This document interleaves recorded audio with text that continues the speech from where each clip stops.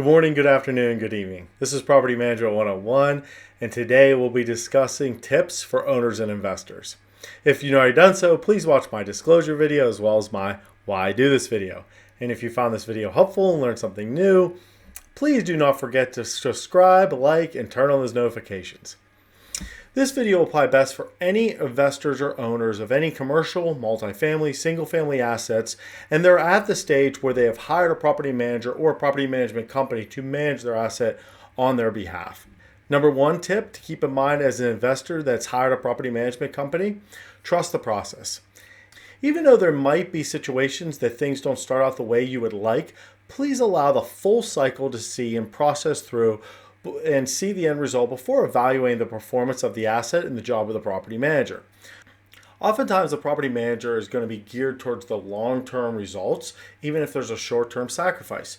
Do not rush to judge the performance of that property manager or the property management company until the entire cycle of what you're looking at evaluating is complete. Number two tip to keep in mind, be clear of your goals. Make sure you fully communicate what your goals and strategies are for your asset with the property manager or the property management company. Is your goal cash flow of the asset?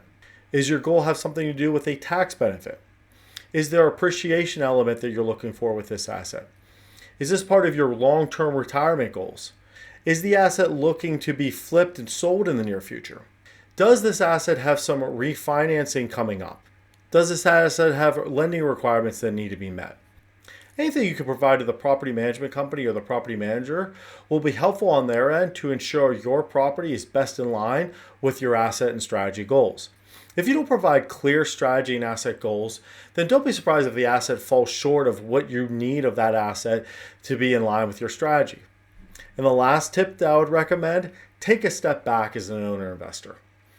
For various reasons, I would recommend taking a step back, and this is really going to help the efficiency of that asset perform. This will also greatly reduce the liability of the asset from a fair housing perspective. Keep in mind, property managers and management companies are licensed, they're trained, they have ongoing continuing education classes that keep them up to date with fair housing laws, real estate commission laws, and local magistrate rules and regulations.